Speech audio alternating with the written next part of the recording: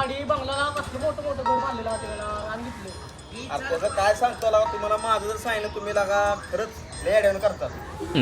अरे आमची तिकडं कुरसळ्याला 10 एकर शेती आहे, मोठी गाडी आहे, तिकडे प्लॉट घेऊन ठेवलाय. अरे तुम्हाला काय सांगत नाही, तुम्ही मला चिटक चाल रे म्हणून सांगत नाही तुम्हाला मी. अरे लय सोनं नाणं तर लय घरात दाखवून देत नाही मी. आता तू बाबा याच्या माझ्या आंघोळ राहिली 2-3 दिवसांनी एकदा आंघोळ करणार आम्हाला सांगायला लागा आंघोळ आहे.